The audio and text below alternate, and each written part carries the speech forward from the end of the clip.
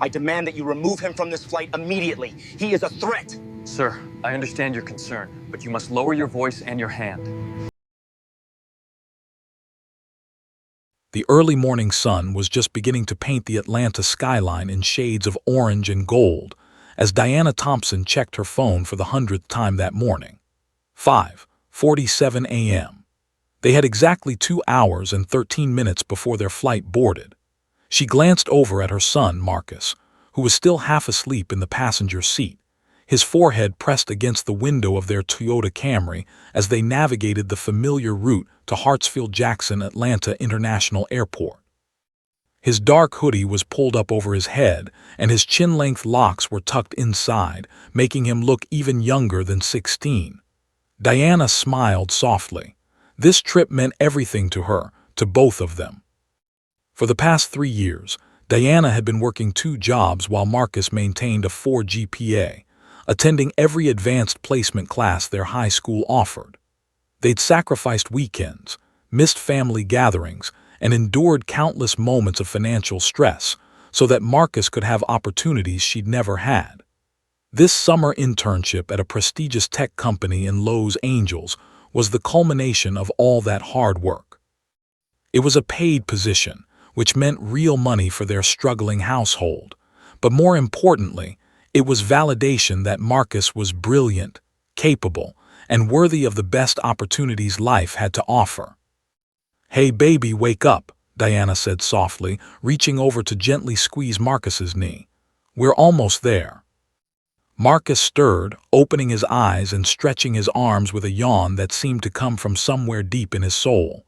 "We're here already." His voice was thick with sleep, confused and slightly disoriented.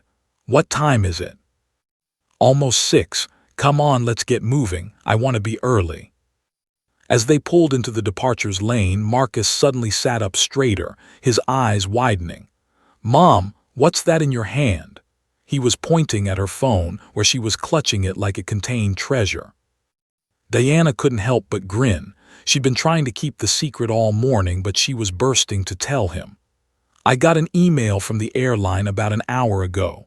Honey, they upgraded us, both of us, to first class." Marcus's jaw literally dropped. "What, first class? Like premium cabin first class? How is that possible?" "My frequent flyer miles have finally accumulated enough," Diana explained, her voice tinged with the excitement she'd been barely containing. "Plus, I've been checking our account status religiously, and I used some of the bonus points from my credit card. I submitted the upgrade request last week, but I didn't want to get your hopes up in case it didn't go through. But it did. It actually did." Marcus stared at his mother in disbelief, then slowly broke into a genuine smile, the kind that crinkled the corners of his eyes and made his whole face light up. "Are you serious right now? First class? Like the fancy one with the free food and the bigger seats?" "The very same," Diana confirmed, pulling into a parking spot. "I thought this would be a nice way to celebrate before you start your internship. You've worked so hard, Marcus. You deserve this." As they made their way through the airport, rolling their modest luggage behind them, Marcus felt a flutter of excitement in his chest that he'd never quite experienced before. The airport seemed different somehow, busier, more important, more real. The departure boards were flashing with destinations across the country and around the world. Families hugged goodbye. Business professionals rushed past in expensive suits. It all felt very grown-up, and Marcus was suddenly acutely aware that he was entering a new phase of his life. They made it through security without any issues, though Marcus did get stopped briefly because the TSA agent thought one of his braids looked suspicious in the X-ray, a minor indignity that barely registered compared to his excitement. Then they were walking toward their gate, and Diana pointed ahead. "There's our gate. Come on." The jetway seemed to glow as they approached it. Marcus pressed his face against the terminal window, trying to catch a glimpse of the aircraft. His heart was racing, his palms slightly sweaty. First class. They were actually going to be in first class. He could already imagine the whole experience, the spacious leather seats, the complimentary beverages, the hot meals instead of a plastic packet of peanuts. It felt impossibly luxurious, impossibly out of reach, and yet here they were. "Marcus, come on," his mother called, already heading toward the jetway entrance. "Let's board." They lined up with the other first-class passengers, and immediately Marcus felt the difference. The boarding area had a different energy than the regular economy section. There were fewer people, and they all seemed to carry themselves with a certain confidence and ease. Designer luggage abounded: Louis Vuitton, Gucci, Prada, brands Marcus recognized from social media but had never seen in person before. The passengers were mostly white, ranging in age from late 20s to senior citizens, all dressed impeccably. There were a few Asian passengers, a couple of Latino travelers, but Marcus noticed, with a sudden, uncomfortable awareness, that he and his mother were the only black faces in the boarding group. The flight attendant at the jetway entrance smiled warmly as they approached. "Welcome to first class," she said, scanning their boarding passes. "Enjoy your flight." They stepped into the jetway, and Diana squeezed Marcus's shoulder with excitement. As they moved through the tunnel toward the aircraft, Marcus could feel his heart pounding. This was really happening.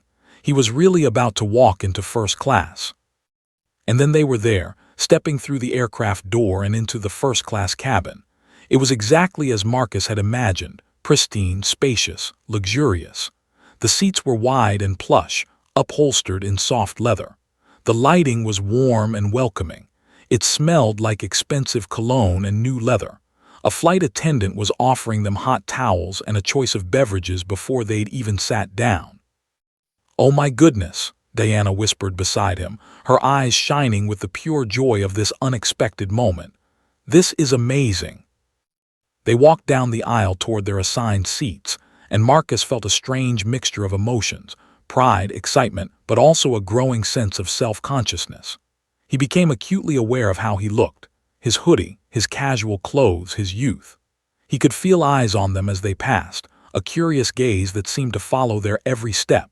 An older gentleman across the aisle from their seats, a distinguished-looking man with silver hair and an expensive suit, lowered his newspaper as they approached. Over his reading glasses, his pale blue eyes followed Marcus and Diana with an expression that was difficult to read. It wasn't overtly hostile, but it wasn't welcoming either. It was assessing, measuring, questioning. Marcus met the man's gaze briefly, then quickly looked away, suddenly feeling like an intruder in this elegant space. He'd felt this feeling before, in upscale stores, in predominantly white neighborhoods, in classrooms where he was one of only a handful of students of color. It was the feeling of not belonging, of being out of place, of being tolerated at best and unwelcome at worst. "Come on, honey," Diana said gently, guiding him toward their seats. "Let's get settled." As Marcus slid into the window seat, he couldn't shake the feeling that something about his and his mother's presence in this cabin didn't sit right with the man across the aisle. The gentleman had returned to his newspaper, but Marcus could see the slight tension in his jaw, the way his hands gripped the paper a little too firmly. It was a small thing, easily overlooked, but it was there, a shadow of something that would soon darken this day in ways neither Marcus nor Diana could yet anticipate. The aircraft cabin filled with more passengers, the gentle murmur of voices creating a sophisticated backdrop. But in that moment, with Marcus staring out the window at the tarmac below, the thrill of first class had been tempered by something else entirely: the uncomfortable awareness that his presence here was being silently questioned by someone who believed he didn't belong. The aircraft had been pushing back from the gate for exactly 7 minutes when Richard Caldwell folded his newspaper with deliberate precision and turned to face Marcus and Diana. The cabin was that peculiar hybrid of activity and waiting: flight attendants making final safety checks, passengers settling into their seats with neck pillows and eye masks, overhead bins being secured with satisfying clicks. It was the moment when the aircraft existed in a liminal space between the terminal and the sky, suspended between departure and arrival. Richard had been observing them for those 7 minutes with the kind of focused intensity usually reserved for solving a crossword puzzle or studying a chess board. His pale blue eyes, magnified slightly by his wire-rimmed glasses, had tracked their every movement. He'd watched Marcus adjust the seat controls, pressing buttons experimentally to see what each one did. He'd observed Diana reach for the amenity kit, pulling out the expensive-looking moisturizer and eye mask that came complimentary in first class. He'd noticed how both of them seemed slightly uncertain about where to put their personal items, how Marcus had appeared somewhat overwhelmed by the sheer spaciousness and luxury of the space.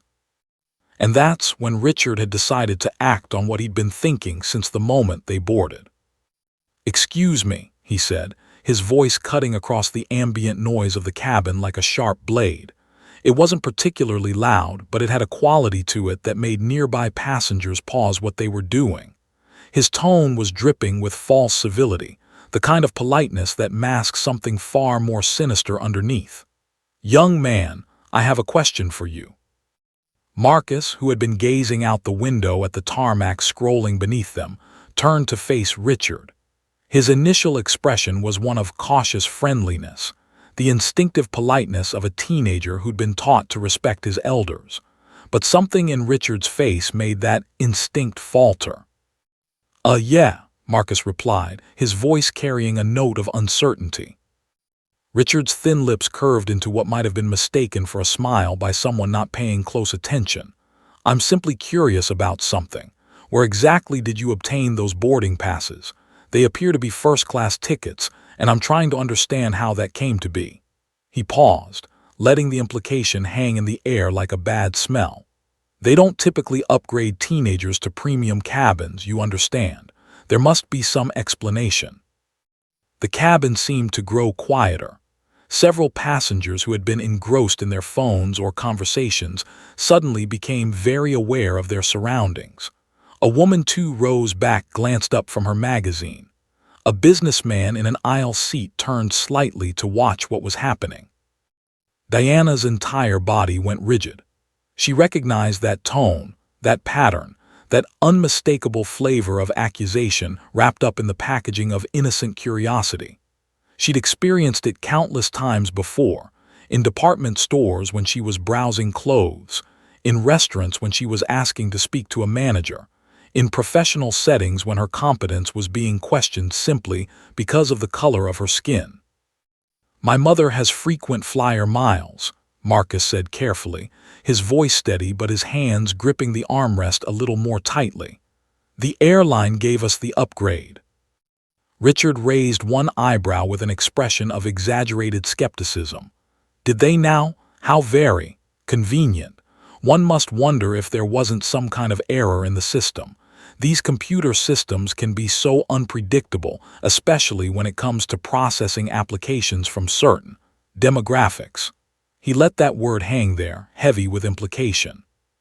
Diana unbuckled her seatbelt and leaned forward, her dark eyes flashing with the kind of controlled anger that only comes from years of having to contain rage in situations where that rage would only be turned against her.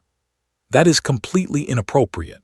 My son and I have every right to be in this cabin.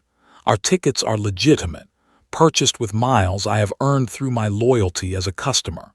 And frankly, your insinuation is offensive and frankly, racist." The word racist seemed to detonate in the cabin. Several passengers actually gasped. A flight attendant paused mid-step near the galley.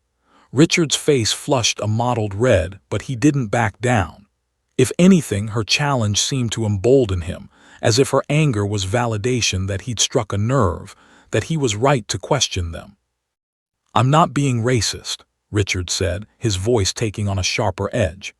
"I'm being realistic.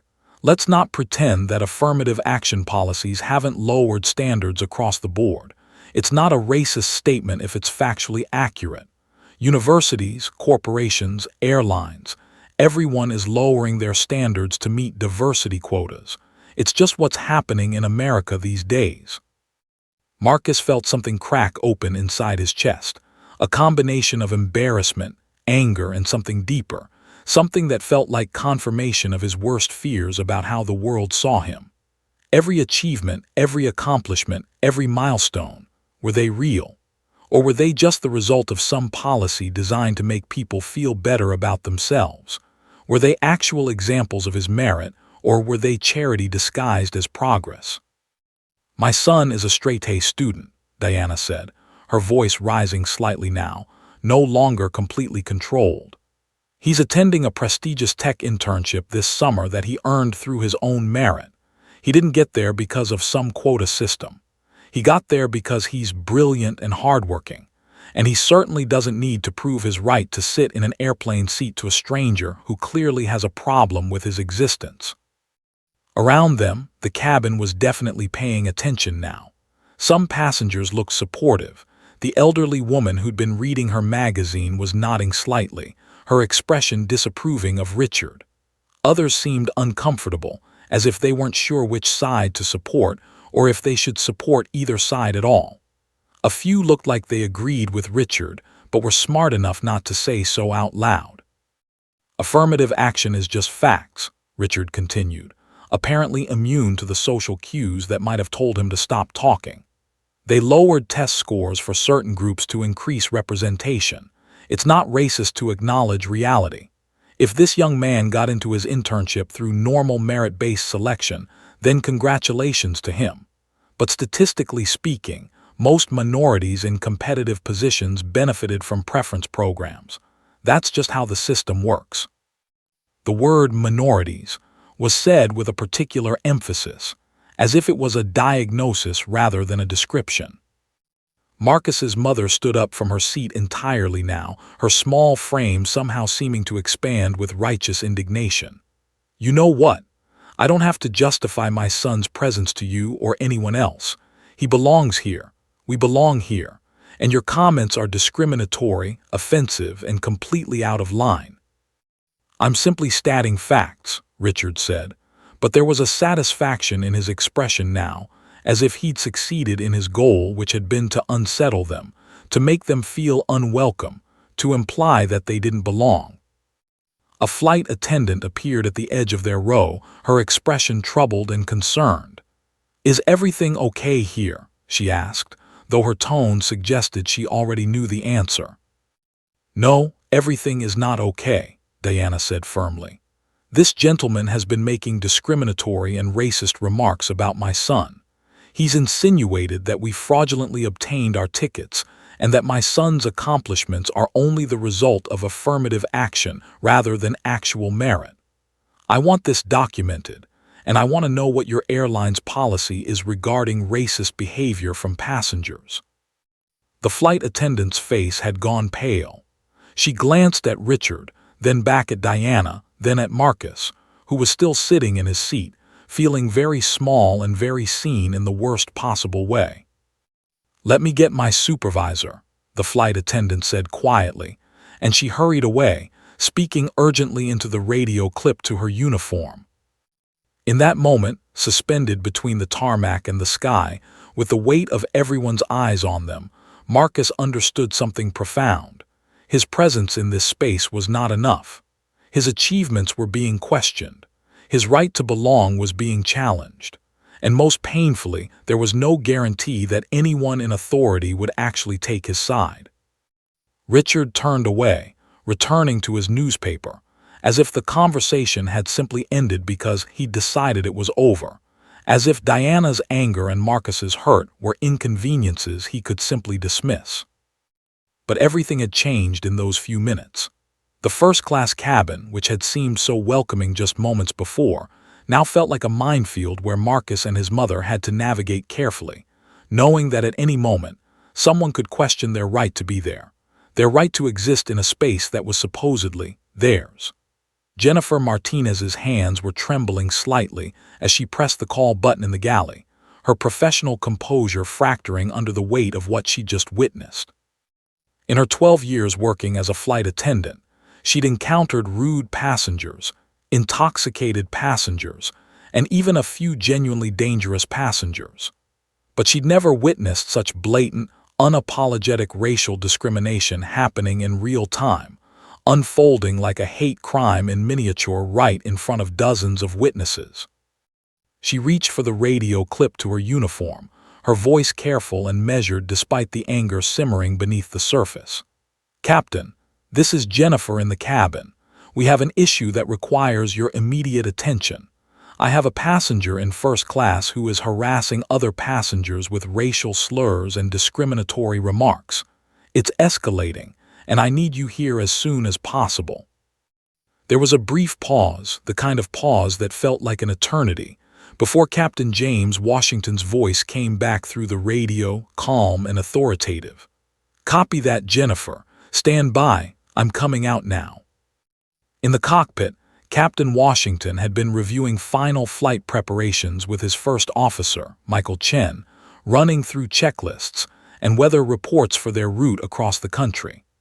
At 58 years old, with 28 years of aviation experience, Washington was one of the most respected pilots in the entire airline. He'd flown through thunderstorms, mechanical failures, and countless other crises, with the kind of grace and competence that had earned him numerous commendations and the deep respect of his crew. But what infuriated him most, what had infuriated him throughout his entire career, was discrimination. He'd experienced it firsthand his entire life. As a young black man wanting to become a pilot in the 1990s, he'd faced skepticism from instructors, from airlines, from passengers who questioned his qualifications the moment they saw his face. He'd worked twice as hard as his white counterparts, maintained perfect flight records, achieved certifications that far exceeded minimum requirements, all in an attempt to prove that he belonged in the cockpit. When Jennifer's message came through, something hardened in his jaw. He looked at Michael, who was watching him with concern. "I need to handle something in the cabin," he said simply. "You maintain our position. I'll be back shortly." Captain Washington stood, adjusting his uniform jacket with the precision of someone who understood that his appearance, his bearing, his very presence carried weight. His dark skin, his confident stride, his captain's insignia, all of these things meant something. He'd learned long ago that when a black man in a position of authority showed up, people paid attention. Sometimes it was because they respected the authority. Sometimes it was because they were suddenly afraid of consequences. He hoped it would be the latter in this case. As he emerged from the cockpit and into the main cabin, the atmosphere shifted immediately. Conversation stalled mid-sentence. Heads turned. The entire aircraft seemed to hold its breath, sensing that something significant was about to happen. Captain Washington's dark eyes swept across the first-class cabin, taking in the scene with practiced precision. The young black teenager looking small in his seat, the woman beside him with her arms crossed and her expression tight with anger, and across the aisle, the older white gentleman in the expensive suit who was suddenly trying very hard to look interested in his newspaper. "Good afternoon, everyone," Captain Washington said, his voice carrying the kind of authority that came from years of training, experience, and the absolute certainty that people would listen to what he had to say. "I need to address something that's come to my attention. I'm Captain James Washington. I'd appreciate it if everyone involved in the incident that just occurred would give me their account of what happened. Let's start with the young man here. What's your name?" "Marcus," the teenager replied, his voice small but steady. "Marcus Thompson." "Marcus, can you tell me what happened from your perspective?" Marcus took a breath, and then he began to recount the interaction. How Richard had questioned their right to be in first class, how he'd insinuated that they'd fraudulently obtained their tickets, how he'd made comments about affirmative action and lowered standards. His voice was measured and factual, the voice of someone who'd learned that in moments like this, emotion would be used against him. Then Diana spoke, her account matching Marcus's, her voice carrying both anger and a kind of exhausted familiarity with the situation. "He implied my son only got his internship because of affirmative action policies," she said. "He questioned whether we actually earned our tickets legitimately. He made it clear he thought we didn't belong here." Captain Washington turned to face Richard, and the older man suddenly became very focused on his newspaper, as if the pages had become infinitely more interesting than they'd been moments before. Sir, I'd like to hear your side of this. What was your conversation with these passengers about? Richard looked up, and for a moment, Captain Washington could see the calculation happening in the man's eyes, the moment where Richard realized that his audience had changed. This wasn't a young woman he could intimidate. This wasn't a teenager he could shame. This was a man in a position of absolute authority, a man with the power to end this flight, to remove him from the aircraft, to report him to federal authorities.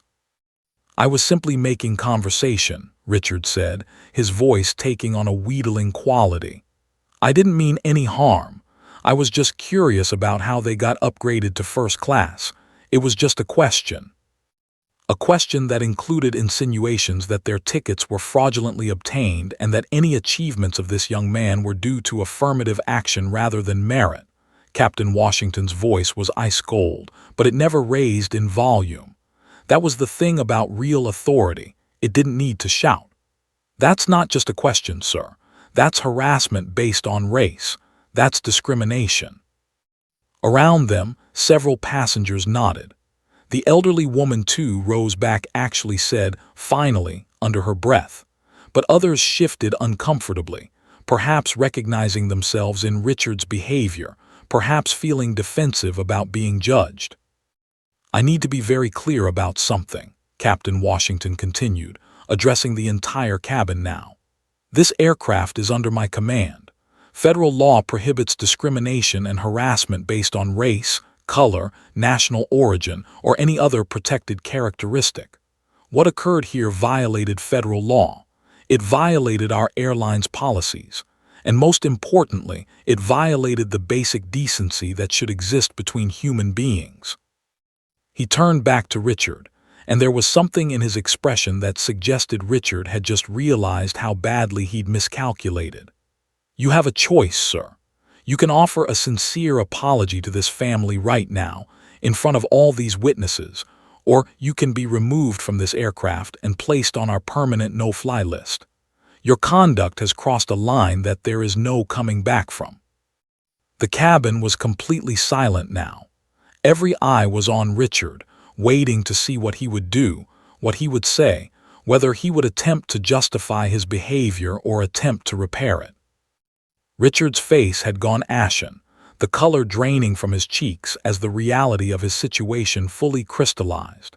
He thought he was making casual observations, engaging in the kind of colorblind remarks that had become normalized in his social circles. He thought his position as a retired banker, his expensive suit, his first-class seat gave him some kind of immunity from consequences. He'd been very, very wrong. Slowly, with the movements of a man aging a decade in moments, Richard turned toward Diana and Marcus. His eyes met Marcus's first, and in that moment, something passed between them, a recognition of the power dynamics that had just been fundamentally altered. Richard, who moments before had been questioning Marcus's right to exist in this space, was now the one whose continued presence in that space was being questioned. I apologize, Richard said, the words sounding hollow and reluctant, utterly devoid of genuine remorse. I didn't mean to offend anyone. But Captain Washington wasn't finished. He held up a hand, silencing Richard before he could say anything else. Let me be absolutely clear, he said, his voice dropping lower, more dangerous. What happened here today is documented. It's on record. If I ever hear of another incident involving you on any flight with any airline anywhere, you will face federal prosecution for civil rights violations. You will not get another chance. Do we understand each other? Richard nodded miserably, his face now the color of ash. Captain Washington looked at Marcus and Diana, and his expression softened almost imperceptibly. I apologize that you had to experience this. You absolutely belong here. Both of you.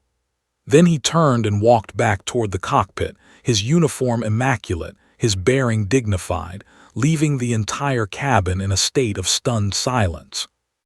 For the first time since boarding, Marcus and his mother could breathe. Richard Caldwell sat rigidly in his seat, his hands gripping the armrests so tightly that his knuckles had turned white. His entire body was trembling with a mixture of shame, anger, and fear in proportions he'd never quite experienced before.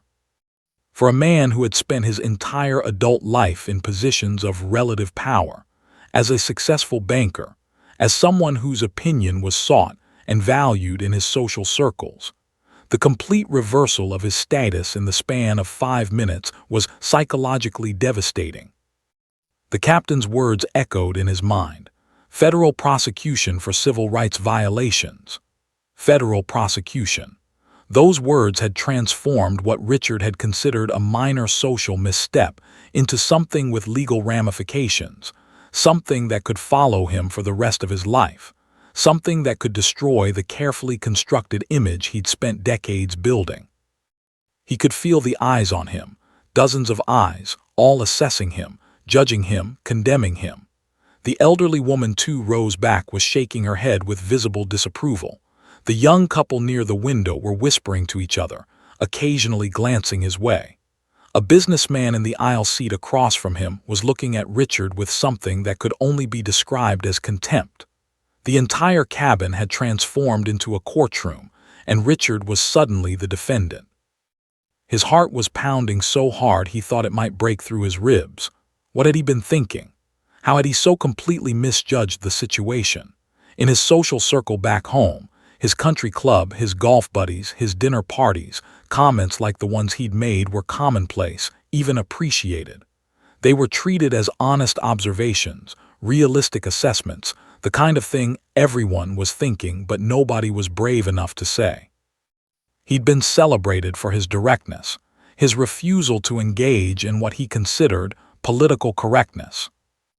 But here, in this cabin, his directness had become something else entirely. It had become exposure, and exposure had become consequences. Richard glanced sideways toward Marcus and Diana, and then quickly looked away when he saw Diana staring at him with an expression of utter contempt. He needed to do something, needed to attempt some kind of damage control, some kind of salvage operation on his current situation. The captain had given him a choice: apologize or be removed and blacklisted. He was choosing the lesser of two evils, but even the lesser evil felt catastrophic. He unbuckled his seatbelt, a movement that seemed to require enormous effort, as if gravity had increased tenfold, and turned his body to face Marcus and Diana. His mouth was dry. His voice, when it came out, sounded unfamiliar to him, thin and reedy, and utterly devoid of the confidence that usually characterized his speech. I apologize, he said, the words feeling like stones in his mouth. I apologize for what I said. I didn't mean to. I mean, I was out of line. Diana stared at him without responding, her face a mask of anger and disgust. She didn't accept his apology. She didn't nod. She didn't offer him the mercy of a verbal response. She simply looked through him, past him, as if he'd become invisible, as if he was no longer worthy of her attention. Marcus, who had been looking out the window, turned to face Richard briefly. His young eyes held something that Richard found even more devastating than Diana's anger: disappointment. Not the kind of anger that suggested Richard was threatening or powerful, but the kind of disappointment that suggested he was simply disappointing, a letdown, a confirmation of something Marcus had probably already suspected about how the world worked. Your apology isn't accepted, Diana said quietly, her voice steady and clear. Not because I'm being difficult, but because I don't believe it's genuine. You're apologizing because you're afraid of consequences, not because you've had any actual change in your beliefs or attitudes. And frankly, I don't need your apology. My son doesn't need your apology. What we need is for people like you to do some actual introspection about why you felt the need to question our right to exist in a space we purchased legitimate access to. Richard opened his mouth, closed it, opened it again. No words came. What could he say? That she was wrong. She wasn't wrong. He was apologizing purely out of self-preservation. He hadn't suddenly developed enlightened racial attitudes in the last few minutes. He was simply trying to minimize his exposure to legal consequences. Your son is clearly brilliant, Diana continued, and there was something almost pitying in her tone now. But instead of celebrating that, instead of recognizing that excellence comes in all packages, you immediately defaulted to assuming he didn't deserve to be here. That says everything about you and nothing about him. Around them, other passengers were openly watching this interaction now, and Richard could feel their judgment radiating toward him like heat from an open flame. A woman across the aisle actually began applauding, softly at first, then with increasing volume. Within moments, several other passengers had joined in, not a standing ovation, but a clear statement of support for Diana, a clear statement of disapproval of Richard. Richard felt his face burning. He wanted to disappear, wanted the aircraft to develop sudden decompression so he could be sucked out into the open sky, wanted literally anything that would remove him from this moment, this cabin, this nightmare scenario where he'd become the villain in a drama being witnessed by over 100 people. Jennifer, the flight attendant, appeared at his side. Her expression was professional but icy, and Richard understood that his rudeness to passengers extended to rudeness to crew members, and he'd apparently failed on that front too at some point. "Mr. Caldwell, I'll need to bring you some paperwork regarding the incident. You'll need to sign it to acknowledge that you've been informed of our airline's policies regarding discriminatory behavior. You'll also be receiving formal notification that you're subject to a full investigation by our corporate office." Richard nodded mutely, unable to speak. Jennifer moved to Diana and Marcus next. "Is there anything I can get for you? Anything at all? Extra snacks? A beverage? We want to make sure you're comfortable." Her tone with them was warmth and kindness itself, a stark contrast to her icy professionalism with Richard. "We're fine, thank you," Diana said, giving Jennifer a small smile that was clearly meant as acknowledgement of her standing up for them, even if only indirectly. Over the next 20 minutes, Richard experienced a kind of social crucifixion. Flight attendants who had previously treated him with the standard courtesy afforded to first-class passengers now minimized their interactions with him. When he asked for a drink, Jennifer brought it to him with noticeably less warmth than she showed other passengers. When he asked a question about the flight, the response was perfunctory, professional, but clearly disapproving. More devastating than the crew's treatment was the treatment from fellow passengers. When Richard tried to make eye contact with the businessman across the aisle, the man simply turned away. When he attempted to use the restroom, a woman deliberately stood up in the aisle, forcing him to squeeze past her uncomfortably. When he tried to read his newspaper, he found his hands shaking so badly that he couldn't focus on the words. He'd become a pariah, not through any dramatic confrontation but through the quiet, collective judgment of dozens of people who had witnessed his behavior and found it wanting. They'd seen the captain intervene. They'd seen Diana stand up for her son. They'd heard the words federal prosecution, and they'd made their judgments accordingly. Richard began to contemplate the broader consequences of what he'd done. His name was now part of an incident report filed with a federal airline. The other passengers on this flight might tell their friends and families about what happened. Social media existed now. People shared things, documented things, made things go viral. What if someone on this flight posted about this incident? What if his name got out? What if people in his community found out? His country club, his golf buddies, his business associates. For the first time in his 63 years, Richard Caldwell was experiencing what it felt like to be held accountable for his words and actions, and he was discovering that he had no idea how to handle it. The world he'd inhabited, the social circles he'd moved in, had always protected him, had always validated his perspectives, had always assured him that his opinions were reasonable and justified. But out here, at 35,000 feet, in a cabin full of diverse people with diverse perspectives, his worldview had been exposed for what it was: discriminatory, harmful, and increasingly unacceptable to society at large. He sat in silence for the remainder of the flight, consumed by the growing realization that his life, exactly as he'd been living it, was about to change irrevocably. The aircraft remained at the gate, its engines off, its doors sealed, but the forward momentum that had seemed inevitable just minutes before had come to a complete halt. Captain Washington had to file an incident report before the aircraft could officially push back. Federal law required documentation of any civil rights violation or safety concern. The FAA had to be notified. The airline's corporate office had to be alerted.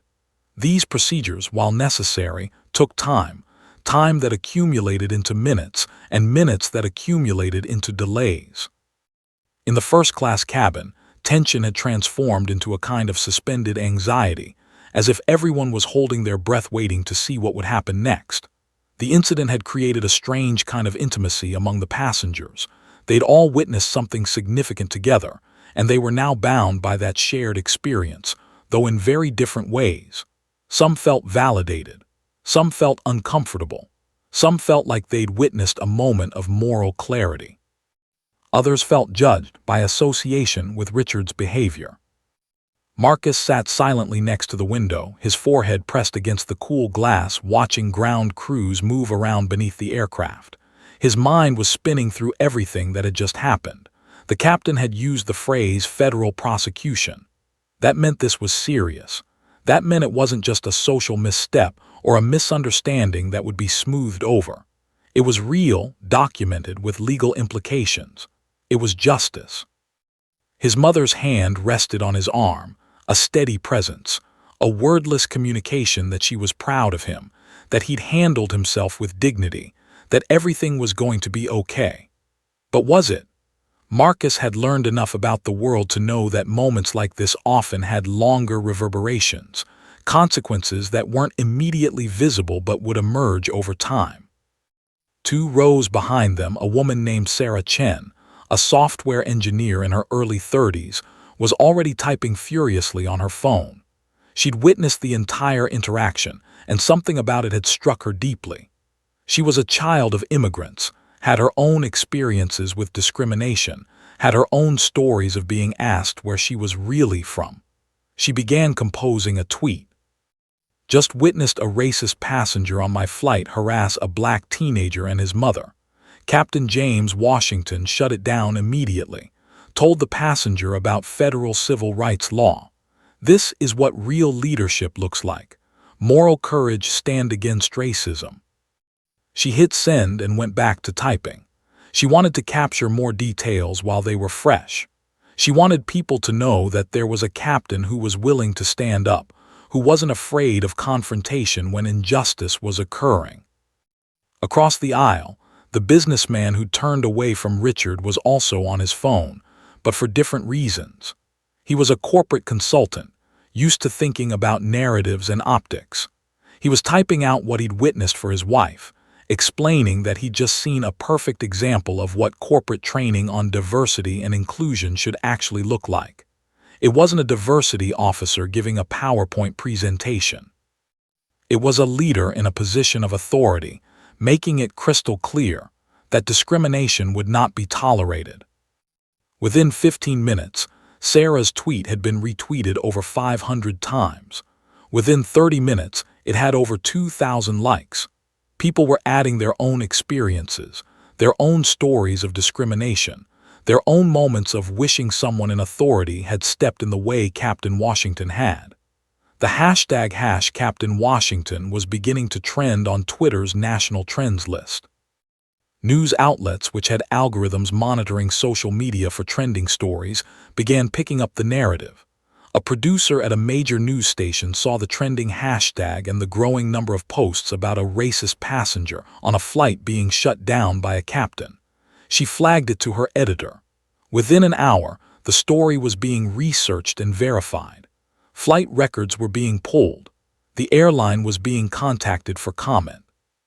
By the time the aircraft was at the 45-minute delay mark, the story was beginning to break on cable news. Breaking news out of Atlanta. A controversial incident on a cross-country flight has sparked outrage on social media. A passenger allegedly made discriminatory remarks toward a teenage boy and his mother, and the captain intervened decisively. We're following this developing story. In the cabin, passengers began receiving notifications on their phones. The story was out there. What had happened in this cabin, in this small enclosed space, was now being broadcast to thousands of people, then hundreds of thousands, then millions. The private incident was becoming public knowledge.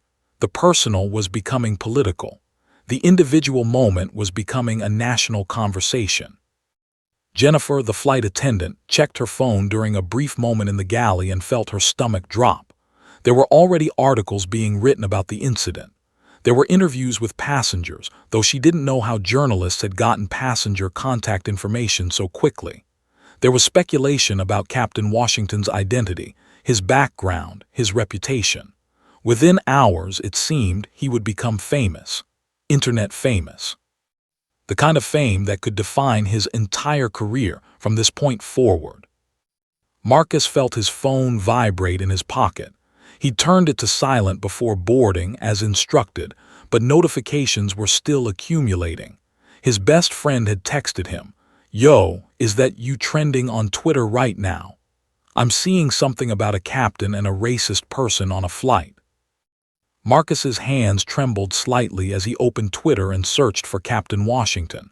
What he found made his head spin. Thousands of posts.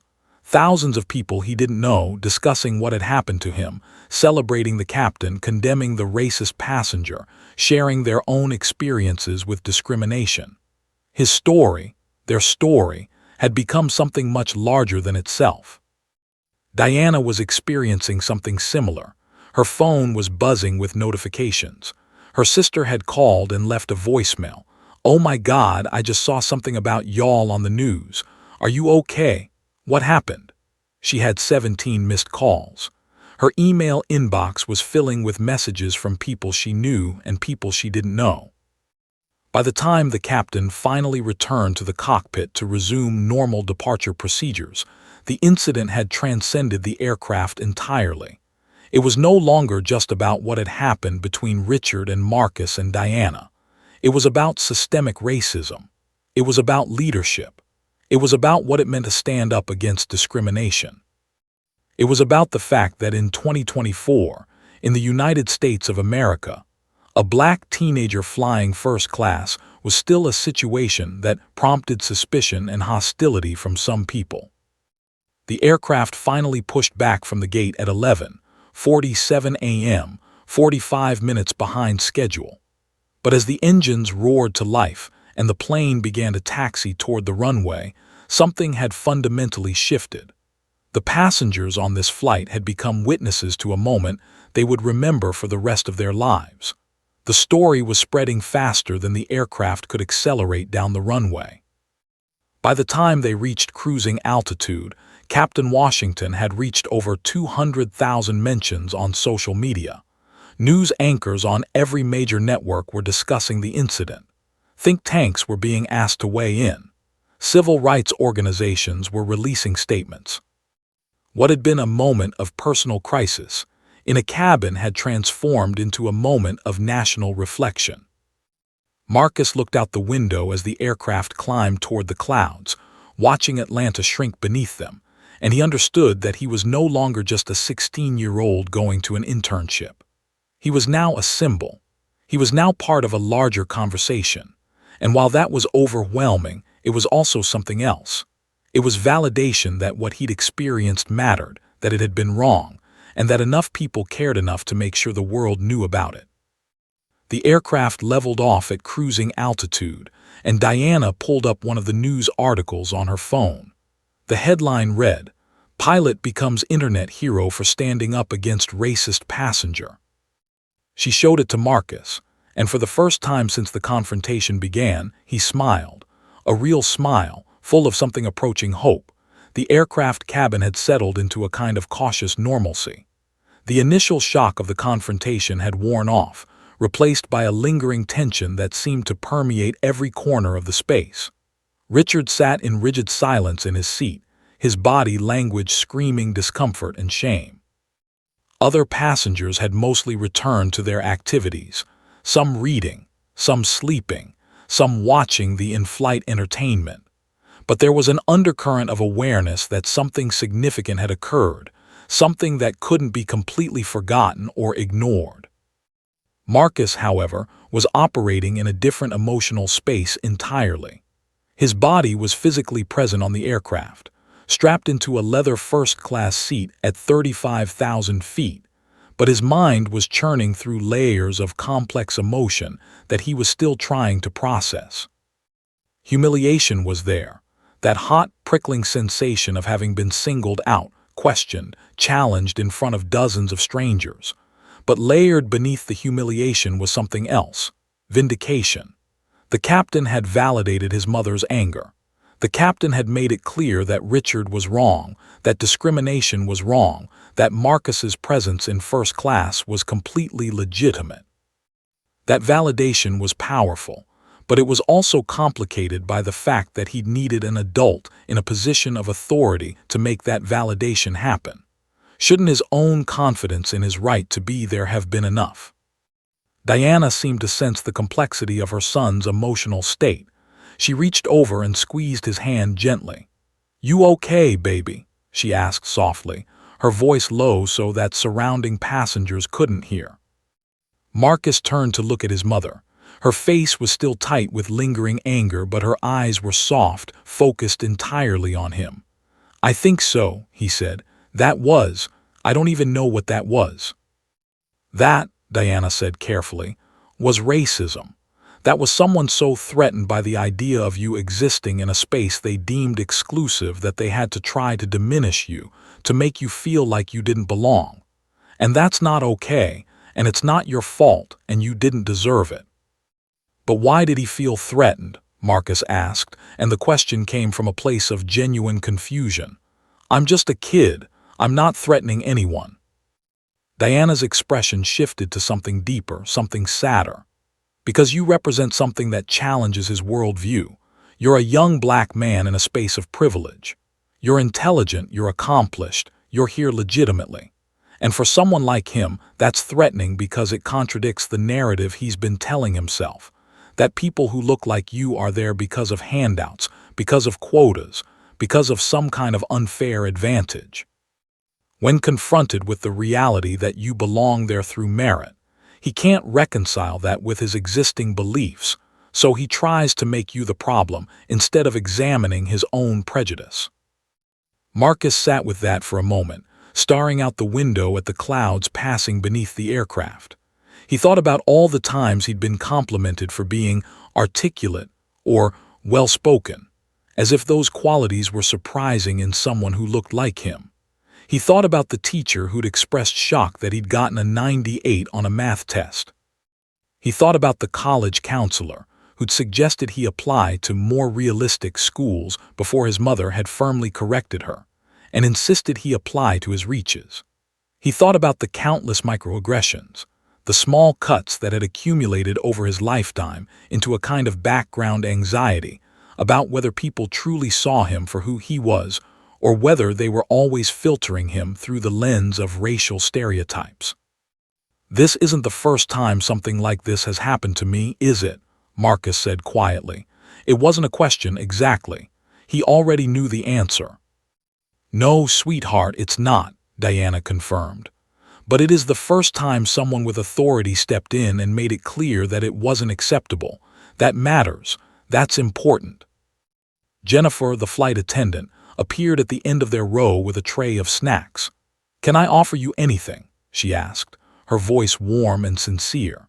She'd been checking on them periodically throughout the flight, bringing extra items, ensuring their comfort in a way that went beyond standard first-class service. It was clear that her support for Marcus and Diana extended beyond professional courtesy. "We're good, thank you," Diana said, giving Jennifer a genuine smile. "Thank you for reporting what happened. That took courage."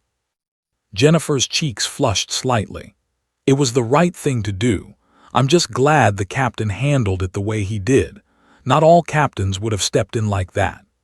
She glanced toward Richard's empty area, and Marcus could see something like disgust flicker across her face before she composed herself and moved on to serve other passengers.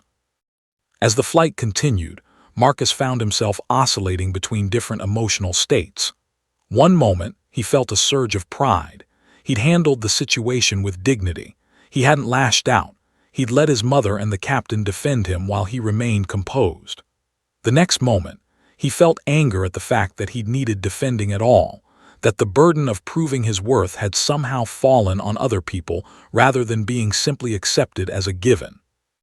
And underneath all of that was something deeper and more troubling, a creeping sense of fatigue. He was 16 years old, and he was already exhausted by the work of existing while black in America. He was exhausted by the constant need to prove himself, to exceed expectations, to demonstrate that he was worthy of occupying space. He was exhausted by the fact that his intelligence, his accomplishments, his presence could still be questioned simply because of the color of his skin. Diana seemed to recognize this shift in his emotional landscape. She pulled him close, letting him rest his head on her shoulder. "I know this is heavy," she said quietly. "I know you're processing a lot right now, but I want you to remember something. What happened on this flight doesn't define you. What you do with it, how you use this experience to fuel your determination, how you speak up when you witness injustice, how you refuse to let people like Richard diminish your sense of self-worth, that's what defines you." "But why should I have to?" Marcus asked, the exhaustion evident in his voice. "Why should I have to use this as fuel? Why do I have to turn something traumatic into motivation? Why can't I just be allowed to exist without having to constantly overcome?" "You should be able to," Diana said firmly. "And ideally the world would work that way, but we don't live in an ideal world. We live in a world where people are afraid of your existence, where your presence challenges their sense of hierarchy and belonging. And while that's not fair, while that's not right, it's the reality we have to navigate. And yes, it's exhausting. And yes, it's unfair. But you're not going to let that stop you. You're not going to let Richard or anyone like him shrink your dreams or limit your potential." By the time the aircraft began its descent into Los Angeles, Marcus had made a quiet internal decision. He wasn't going to let this moment define him as a victim. He was also not going to forget it or minimize it. Instead, he was going to carry it with him as both a reminder of how far society still had to go and as evidence that there were people, like Captain Washington, who would stand up for what was right. He was going to use this experience to fuel his determination to succeed, to occupy spaces that doubted him, to build a life that contradicted the stereotypes people like Richard clung to. He was also going to speak up when he witnessed injustice. He was going to be like the captain, swift, firm, and unapologetically on the side of justice. As the Los Angeles skyline came into view, Marcus squeezed his mother's hand. "Thank you," he said simply. "For what, baby?" "For defending me, for standing up for me, for teaching me that I'm worth defending." Diana turned to look at her son, and her eyes were shining with tears. "You've always been worth defending. Don't ever forget that, ever." The aircraft touched down in Los Angeles, and Marcus understood that he was no longer quite the same person who'd boarded that flight in Atlanta. He'd been tested, challenged, and ultimately validated. And he was ready for whatever came next. The corporate offices of Horizon Air were in controlled chaos. It was 3:47 p.m. on the day of the incident, and the executive team had been in emergency meeting for the past 45 minutes. The story had exploded across social media in a way that no one had anticipated. Captain Washington was trending nationally. News outlets from CNN to Fox News were covering the story. The airline's public relations department had already received calls from over 200 journalists requesting comment. The incident, which had lasted less than 10 minutes on an aircraft, was now dominating the news cycle. Margaret Chen, the airline's chief operating officer, sat at the head of the conference table, her expression grim and focused. Margaret had spent her entire career in aviation, had built a reputation as someone who took customer service seriously and who responded swiftly to crises. But this crisis was different. This wasn't a mechanical failure or a weather event. This was a direct challenge to the airline's values, its diversity commitments, its reputation as an inclusive organization. "We need to move fast," Margaret said, her voice cutting through the nervous murmuring of the executives around the table. "By moving fast and decisively, we control the narrative. If we hesitate, if we seem to be defending Richard Caldwell or minimizing what happened, we lose the trust of our customers and we look like we don't actually believe the values we claim to represent." David Torres, the chief legal officer, was reviewing the incident report that had been filed by the flight crew. His expression was one of grim satisfaction. From a legal standpoint, the captain handled this perfectly. His intervention was documented. He invoked federal law. He gave the passenger a choice between apologizing or being removed. There's no liability here for the airline. If anything, the captain's swift action protects us from a discrimination lawsuit. "But this isn't just about legal liability," Margaret said firmly. "This is about doing the right thing. This is about standing with the passengers who were discriminated against and making it clear that we don't tolerate this behavior. And this is about supporting Captain Washington, who did exactly what we should hope all our leaders would do in this situation." Within 2 hours, Horizon Air had released an official statement. Horizon Air is committed to providing a safe, respectful, and inclusive environment for all passengers and crew members. We have recently become aware of an incident on Flight 447 from Atlanta to Los Angeles in which one passenger engaged in discriminatory behavior toward other passengers. We take allegations of discrimination with the utmost seriousness. Our investigation has confirmed that the passenger in question violated our customer conduct policy through the use of discriminatory language and harassment based on race. We commend Captain James Washington for his swift and professional response to this incident. Captain Washington exemplified our values by taking immediate action to address the discriminatory behavior and to reassure the affected passengers of their right to travel with dignity and respect. We are reviewing our policies and will implement enhanced training for all staff to better recognize and address discriminatory behavior. We are also reaching out personally to the passengers who experienced this incident to offer our sincere apologies and to discuss any support they may need. The statement was posted on the airline's social media accounts, released to the press, and sent directly to media outlets. Within minutes, it was being quoted in news articles and discussed on cable news programs. Unlike many corporate statements that seemed defensive or hedging, Horizon Air's statement was clear, direct, and unambiguous. They were standing with the victims of discrimination, they were supporting their captain, and they were committing to change. The response from the public was overwhelmingly positive. Civil rights organizations issued statements praising both the captain and the airline's response. The NAACP released a statement. "Captain James Washington represents the kind of leadership we need in every industry. We are encouraged that Horizon Air has responded swiftly and with clarity that discrimination will not be tolerated. We call on other airlines and corporations to adopt similar policies and to make clear that their commitment to diversity and inclusion is more than just words in a mission statement." Other news outlets ran stories exploring the broader issue of racism in everyday spaces.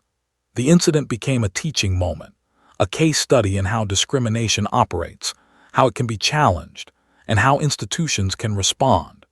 Universities reached out to Captain Washington asking if he would speak at their business schools about leadership and standing up against discrimination.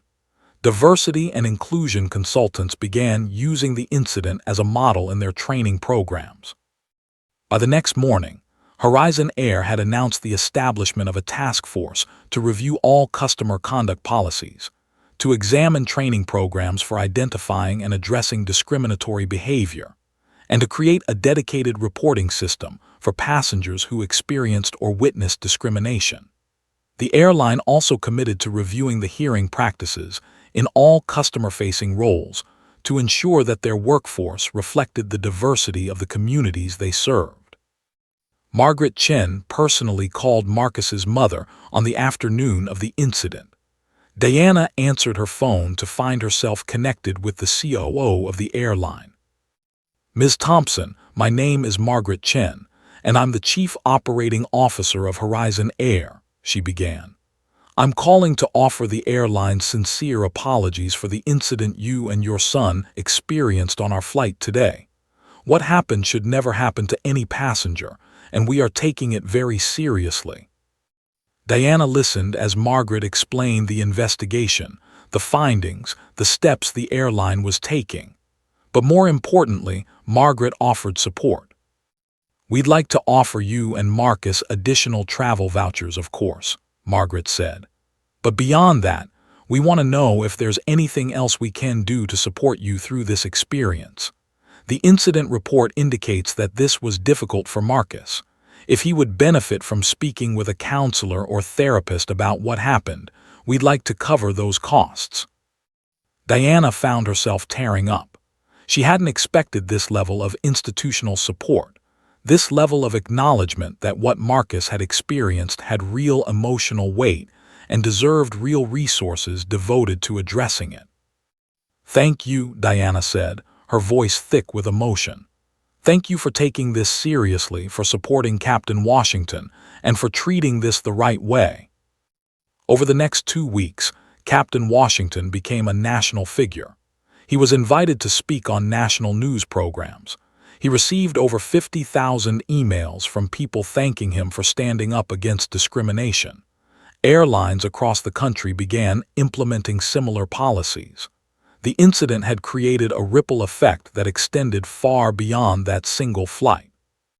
But perhaps most significantly, the incident prompted a broader conversation within the airline industry about systemic racism, about the way that discrimination was baked into everyday interactions, and about the responsibility of those in leadership positions to create cultures where such discrimination was not tolerated. Horizon Air's stock price actually increased slightly following the incident, suggesting that investors saw the swift, decisive action as evidence of good corporate governance and sound ethical leadership. The airline began receiving increased bookings from customers who specifically wanted to support a company that had handled the situation so responsibly. Richard Caldwell, whose name had become public through news reports, faced his own consequences. His membership at his country club was reviewed. Several business associates distanced themselves from him. Local media outlets had identified him, and he'd become a symbol of racial prejudice in the public imagination. Not a person with complexity and nuance, but a cautionary tale about the consequences of unchecked racism. The incident had transformed a moment of personal crisis into a moment of institutional reckoning, where a major corporation had the opportunity to demonstrate its actual values rather than simply proclaiming them. And in choosing to stand clearly and unambiguously with the victims of discrimination, Horizon Air had sent a powerful message about what accountability looked like in the 21st century. 6 weeks after the incident, Marcus stood backstage at his high school's main auditorium, his heart pounding with a different kind of nervousness than the kind he'd experienced on the aircraft. This wasn't the nervous fear of being questioned or challenged. This was the nervous energy of someone about to share something significant with an audience of over 1,000 people. The auditorium was packed, not just with students but with parents, teachers, school board members, and local media. His story had reached his school, and the school had invited him to speak during a special assembly dedicated to diversity, inclusion, and standing up against discrimination. The moment had grown beyond what he could have imagined. Principal Williams introduced him, giving a brief overview of what had happened on the aircraft and positioning Marcus as someone whose experience was opening doors for important conversations. When Marcus walked out onto the stage, the applause was immediate and sustained. He gripped the microphone, took a breath, and began to speak. 6 weeks ago, I was treated like I didn't belong somewhere simply because of the color of my skin, Marcus said, his voice steady and clear. A man looked at me in first class and couldn't conceive of the idea that I had legitimately earned the right to be there. So he questioned me. He challenged me. He tried to make me feel small and unwelcome. He paused, letting that sit with the audience. But something happened that day that I want to talk about, something that changed things for me. A captain, Captain James Washington, decided that the discrimination I was experiencing wasn't acceptable. He didn't hesitate. He didn't wonder if he should get involved. He didn't worry about whether it was his place to intervene. He simply did what was right. Marcus described the confrontation, the moment of vindication, the realization that there were people in positions of power who were willing to stand up for what was right. But he also talked about the complexity of his experience, about what it meant to need that validation, about the exhaustion of constantly having to prove his worth, about the broader systemic issues that had led to that moment in the first place. This wasn't just about one man saying mean things, Marcus told the assembly. It was about systems that make some people feel like they belong and other people feel like they need to prove their worth just by existing.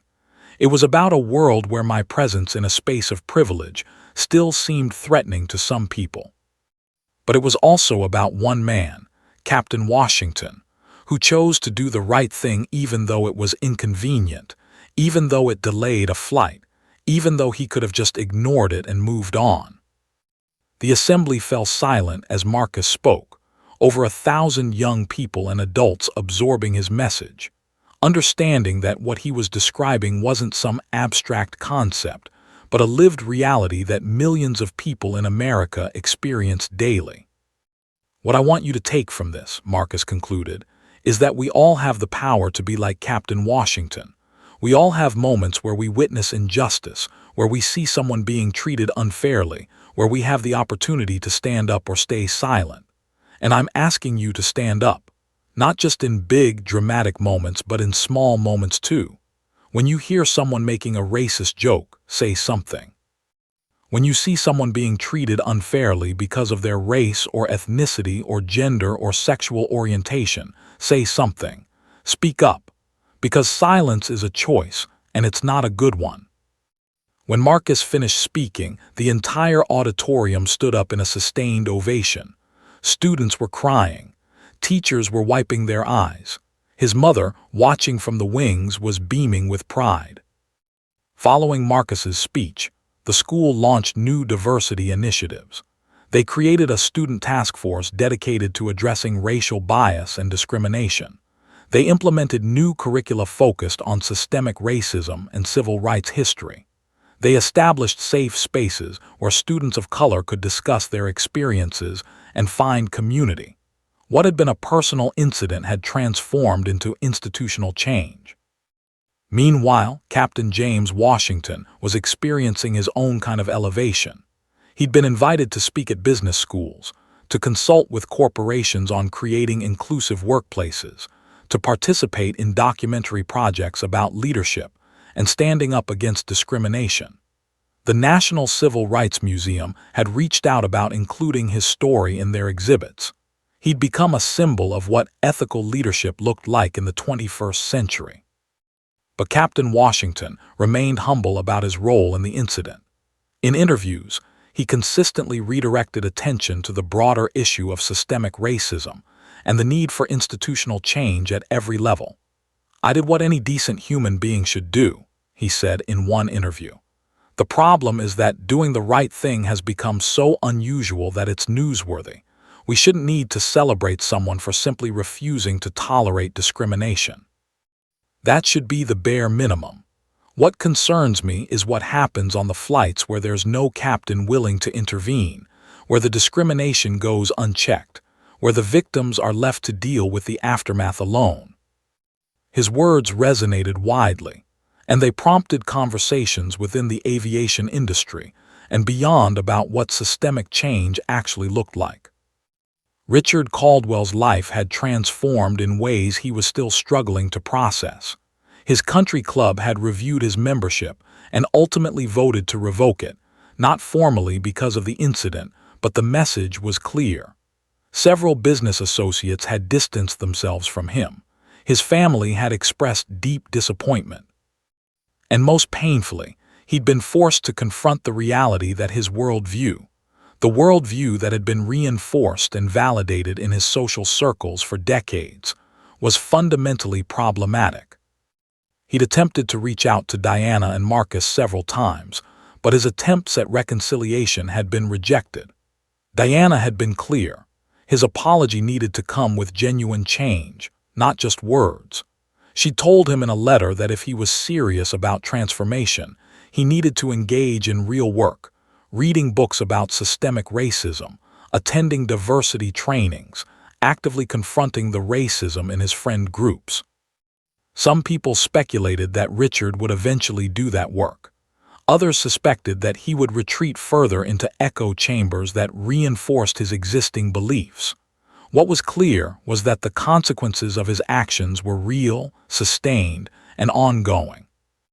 The incident had rippled outward in ways that continued to unfold. Other airlines implemented more robust training programs. Corporate America began examining its own customer conduct policies.